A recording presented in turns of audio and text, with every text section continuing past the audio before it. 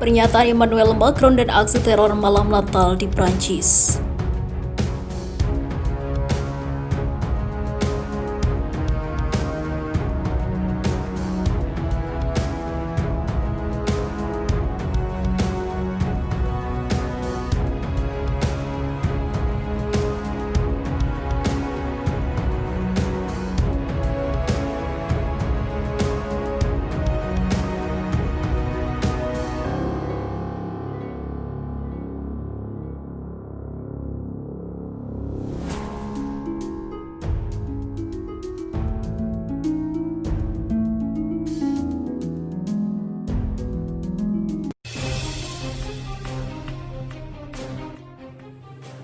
Di penghujung tahun 2020 ini muncul peristiwa yang cukup menghentak khalayak dunia.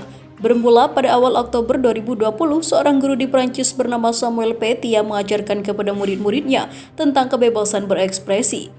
Dengan menunjukkan karikatur Nabi Muhammad SAW dari majalah Charlie Hebdo, akibatnya berujung pada hal yang sangat tidak baik bagi guru tersebut.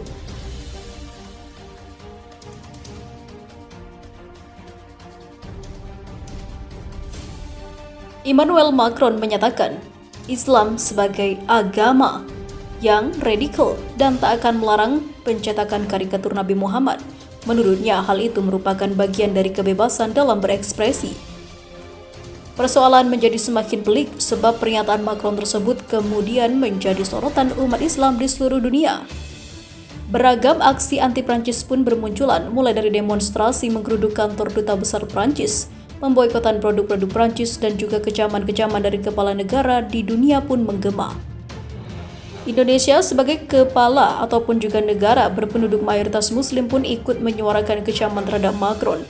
Dalam hal ini secara resmi Presiden Jokowi untuk menyatakan sikapnya. Menurut dia, pernyataan Macron tersebut telah melukai perasaan umat Islam.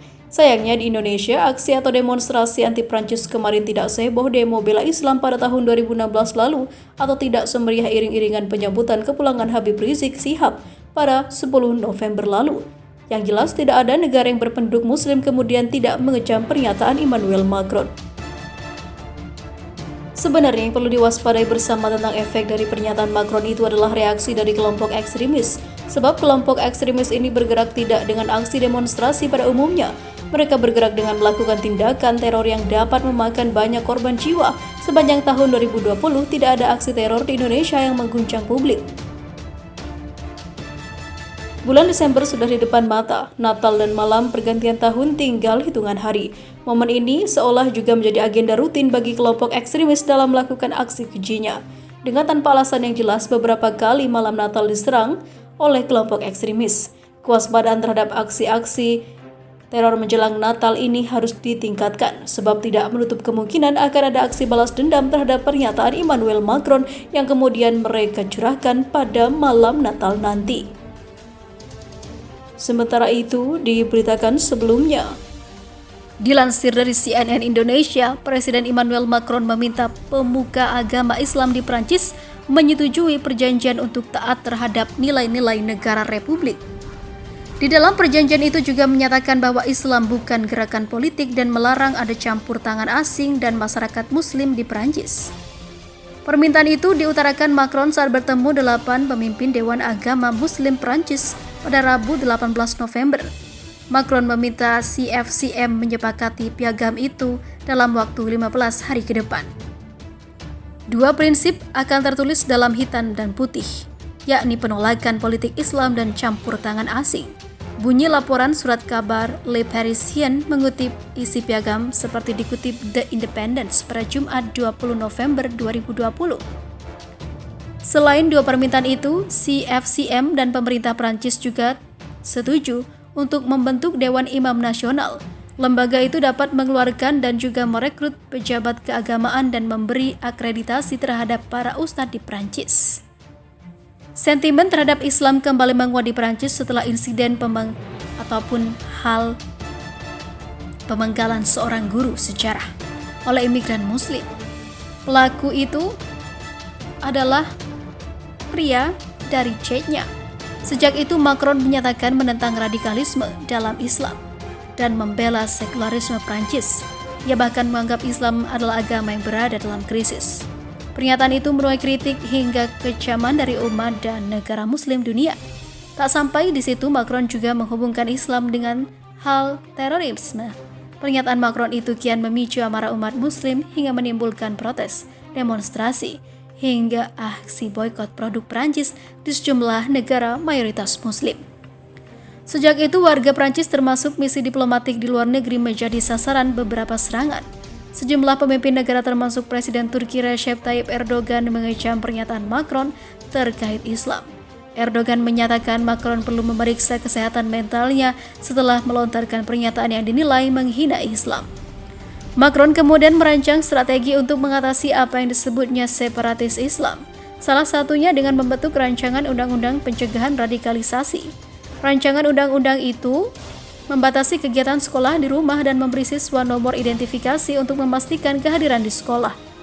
Rancangan undang-undang yang diterbitkan pada Rabu pekan ini juga menuntut orang tua yang terbukti melanggar hukum bisa dikenai sanksi penjara 6 bulan atau denda berat. Menteri Dalam Negeri Prancis Gerard Darmanin mengatakan negara harus bisa menyelamatkan generasi muda dari cengkraman kaum Islamis. Sementara itu, kutip ayat Al-Quran, Mesut Ozil ajak umat muslim perangi Islamofobia dengan kebaikan. Hal ini sepertinya menyindir Emmanuel Macron yang malah bikin kacau. Maraknya sikap Islamofobia akhir-akhir ini membuat bintang sepak bola Jerman Mesut Ozil prihatin. Namun ia menilai Islamofobia tak harus disikapi dengan reaksi keras, melainkan dengan menunjukkan bahwa Islam adalah agama yang mencintai perdamaian.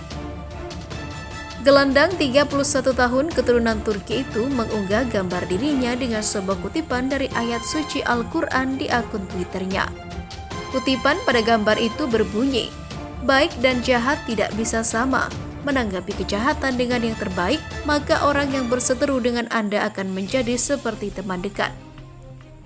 Ozil juga menulis bahwa ia sangat menyayangkan Islamofobia yang saat ini masih tumbuh di sejumlah negara. Sayangnya Islamofobia tumbuh di Eropa dan di belahan dunia lain dengan media memainkan peran besar dalam hal itu. Cuitnya pada Jumat 20 November 2020. Jawaban pribadi saya untuk itu, kita harus menanggapi Islamofobia dan anti-Islamismus dengan cara yang tidak akan memperkuatnya, melainkan melucuti dan membungkamnya dengan kebaikan, lanjutnya. Ozil bergabung dengan klub Liga Utama Inggris Arsenal pada tahun 2013 dan telah mencetak 44 gol dengan 77 assist dalam 254 pertandingan untuk The Gunners. Dia juga pernah bermain untuk Schalke dan Werder Bremen Jerman serta raksasa Spanyol Real Madrid. Ozil juga merupakan bagian dari skuad pemenang Piala Dunia 2014 Jerman.